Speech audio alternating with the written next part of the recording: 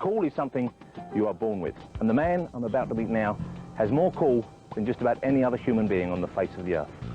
John Christopher Depp II, or Johnny Depp as he's better known to his legion of fans and admirers, is so cool, well, frankly, it's almost physically painful for me to talk about him.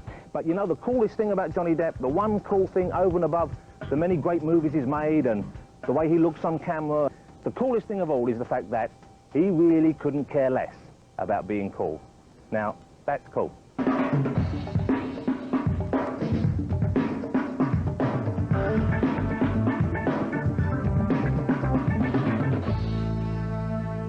Johnny, I appreciate you taking the time out to talk to me. Let's talk, if we can, about John Christopher Depp II when he was a young man. All right. Before he came from Florida over here to Los Angeles. Quite a long haul. I believe you were occasionally in trouble at school, that you were an extreme character. Is that correct? No. No, I mean, I wasn't in a lot of trouble. It just didn't work so well for me, you know, as it works for others. I didn't feel particularly comfortable. I didn't feel inspired to learn much. And where are we talking about here? Where actually did you grow up? This is Miramar, Florida. Small town? Very small. What kind of size are we talking here? I mean, big stores, plenty of things to do, or? No, we're talking about, you know, like a grocery store, a couple of grocery stores, a couple of drug stores, a card and gift shop, you know, a bakery. So it's a real small town America? Kind of, yeah. What kind of things then did, as a young person growing up, when you're going through your wilder years, what kind of things do you do to enjoy yourself? We used to do crazy things, you know, like, you know, blow fire, stuff like that. Blow fire? I lit my head on fire once doing it. You have to be really quite bored to get Yeah, bored and stupid. Stupid goes away. It's a kind of a combination.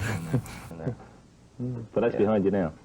Yeah, it's all behind me. But that must have scared the life out of your parents, didn't it?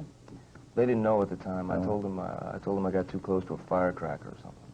So then you moved eventually with a band, I believe. Was that the Kids? Yes. And you came here to Los Angeles? Yeah. Hoping to make it big as a band member? Yeah, you know, we wanted to be able to make a living doing that, playing music and stuff. So we came here in search of the big record deal, and it wasn't around. It wasn't around like it is nowadays. A lot of people get signed these days. You don't have to be that great to get signed these days. It's more now. Is that a bitter old man talking there, or do you think genuinely that is the case? Well, it's always a bitter old man talking. I always speak as a bitter old man. But no, I just think that today the music, everything's so kind of confused. It's like it's just a big bowl of soup. And it seems today a lot more people get signed based on their haircuts and stuff, as opposed to what kind of noise they make. Presumably, though, I mean, it's kind of turned out okay for you anyway, without the signing, perhaps. It's been all right, yeah. What about the acting, then? So your first film part, there were two films I've heard about. One was Nightmare on Elm Street, which I've seen you, and the other one was Private Resort, which I haven't seen.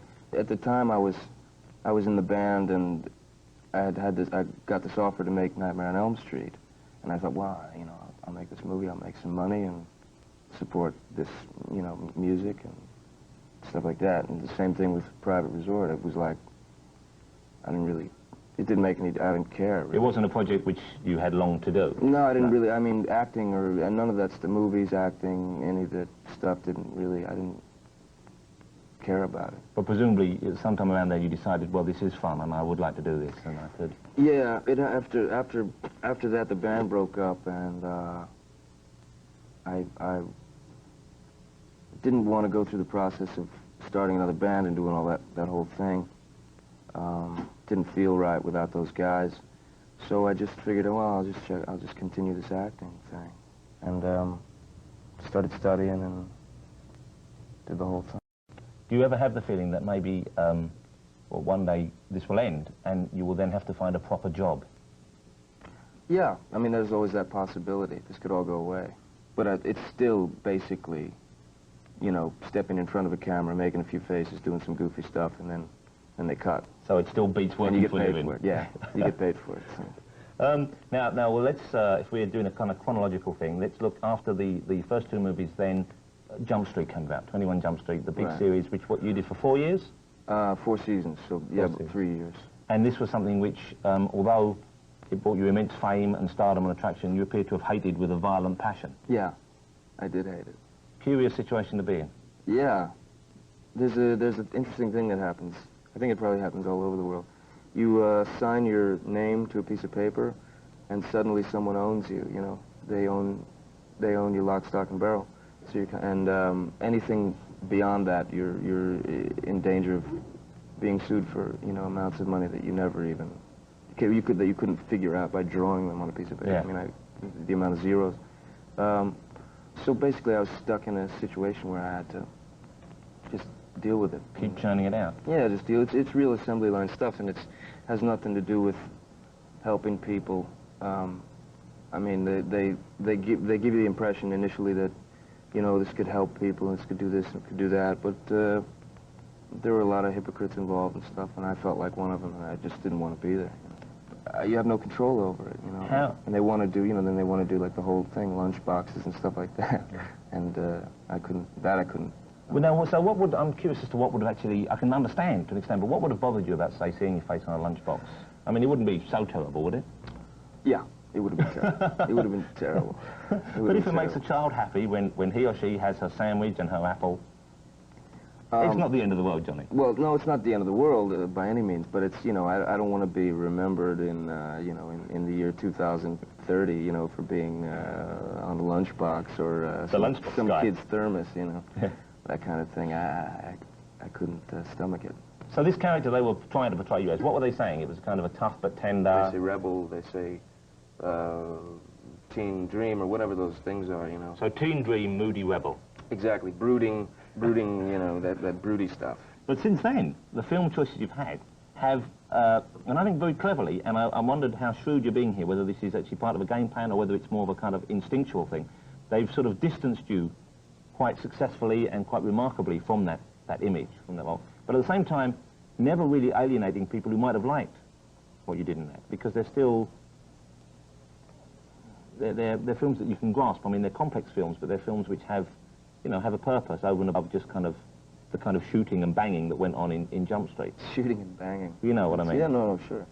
Well, what happened is doing that show and being involved in such a kind of assembly line thing, and desperate to get off of it and desperate to do the things I wanted to do, I just swore to myself that I would only do the things that I wanted to do, the films that I wanted to be in, at any cost. I mean, if it all went away, then it went away, and I would go back to whatever, pumping gas or playing guitar or whatever, So luckily, I've just been able to do those things, I mean, with whatever it is, with a lot of luck, and I've been able to work with the people I wanted to, But if in 20 years' time they're doing, and I think I already know the answer to this, but it would just please me to hear you say it. 20 years' time they're planning the huge revival back to the 80s, 21 Jump Street, big budget, Hollywood feature film. Oh, like Return to Gilligan's Island? That kind of thing, or The Addams Family, all these things they're doing now, and they're making the big feature, and they say, wouldn't it be cool, remember that old guy, Johnny Depp? He's still around somewhere. Let's see if we can find him and get him to drop a few pounds, and he could play the father of the guy he used to play. Wow. Would you do that? Yeah, but I would do it. But like 20, 30 years from now? Yeah, I'd come out of the old folks' home and do that, sure. Edward Penis Hand. Edward Penis Hand. There is a pornographic parody. Edward Penis Hand. And have you seen these films? I've seen Edward Penis Hands too. and was it better than the original? Or? I didn't see the first. Brilliantly done. I thought the guy did a great job. I thought some of the actresses did a fine job. Yeah. And all the way around. I mean, marvelous special effects, I've been told. Incredible special effects. The director picked some nice shots. He knows when to go in for the close-up. He knows when to back up. Keeps the camera moving. Let me ask you about your disgraceful habit of smoking profusely, whenever and wherever possible. Yeah. What kind of volume are we talking about here? Do you keep count? I don't really count, but I smoke too much, definitely, and it'll probably kill me.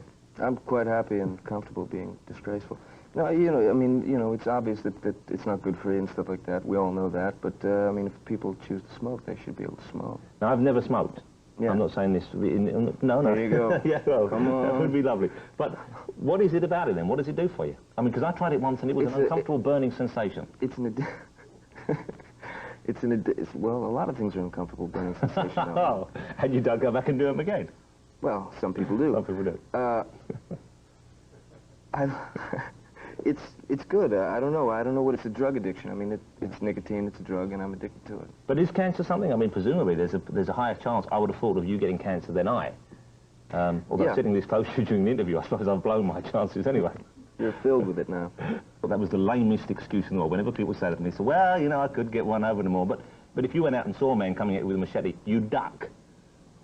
Right? And when you cross the road, What if you would? presumably... I mean, well, maybe you would, you know, but maybe what if you didn't see the machete? Maybe you would? Maybe you would. Maybe, you know, maybe you might not. You might want to see what it's like to have your head chopped off. You never know. You never know. I'm a kind of a scrawny, sort of a skinny guy, but I'm a huge woman. A massive woman, somehow.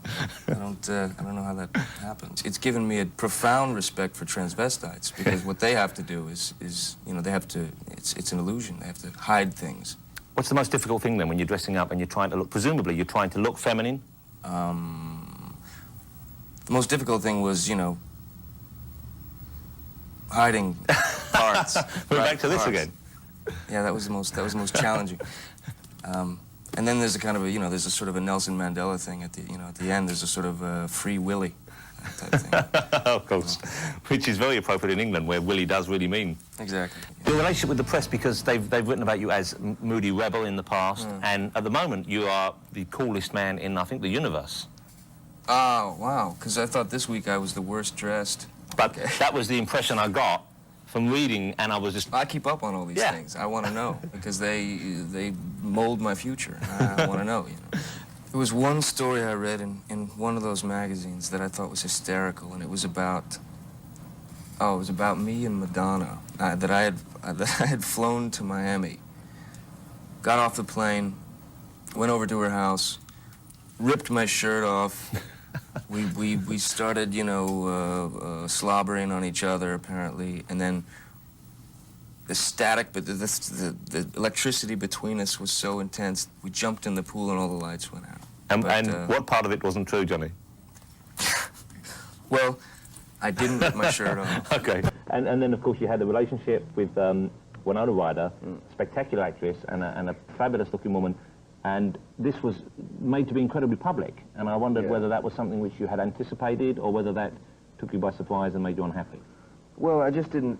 what happened was, I mean, you know, here I met this girl, and we get together, and we like each other, and we fall in love, and bing, we're together, and it's official. And then the next thing you know, it just becomes... That becomes the focus of the press and of people, and people are more concerned about your relationship than they are about the work that you're doing. So it doesn't become about the work anymore. It becomes about who you're hanging out with and how many times a day you know... Hang out with them. Become horizontal, you know. So in future, then, would you keep, you'd be more guarded about people you're seeing and what you're up to in your private life? Well, I've always tried to, you know,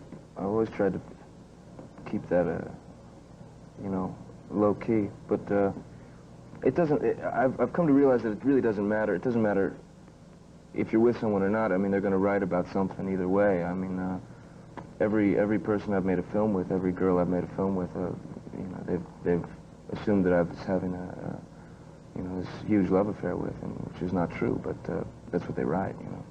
Is there a so it doesn't matter. But is there a fun side to it? Do you sometimes read that stuff and think, well, I'm kind of pleased that they assume that of me? Let me ask you one final thing then. This is one of those big end of the interview questions, which is, how would you choose to be remembered? How would I want to be remembered? I don't think I would want to be remembered. Maybe if I'm remembered, maybe just put a pig's feet, you know, a pig's foot on my grave or something once I'm dead, you know. That's a quote from a song, I believe. Yeah, pig's foot. It was a pig foot and a bottle of beer. So that would be probably pretty good. Not a big ambition, but a telling one. Thanks for your time, and good luck with the movie. Thank you.